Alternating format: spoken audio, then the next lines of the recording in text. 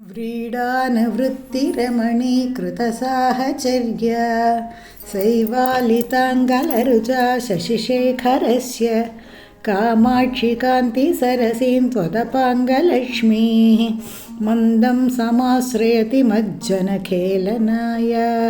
అమ్మవారు కొంచెం సిగ్గుతో కడకంటి చూపుతో శివుని చూస్తున్నారు. దానికి కవి యొక్క వర్ణన, సిగ్గు అనే ఒక సహచరిని సఖిని తోడు చేసుకొని శివుని యొక్క నీలకంఠం అనేది పాచిలాగా ఉందిట. ఎక్కడ? శివుడు అనే కాంతి సరస్సు. శివుడు తెల్లగా ఉంటాడు. తెల్లగా ఉండే సరస్సులో మధ్యన ఆయన యొక్క కంఠంలో ఉన్నది కొంచెం పాచిలా కనిపిస్తుంట. అటువంటి సరస్సుకి వెళ్తుందిట ఈ వ్రీడా అనే ఒక సఖిని తీసుకుని అమ్మవారి యొక్క కటాక్షం అనే కన్య.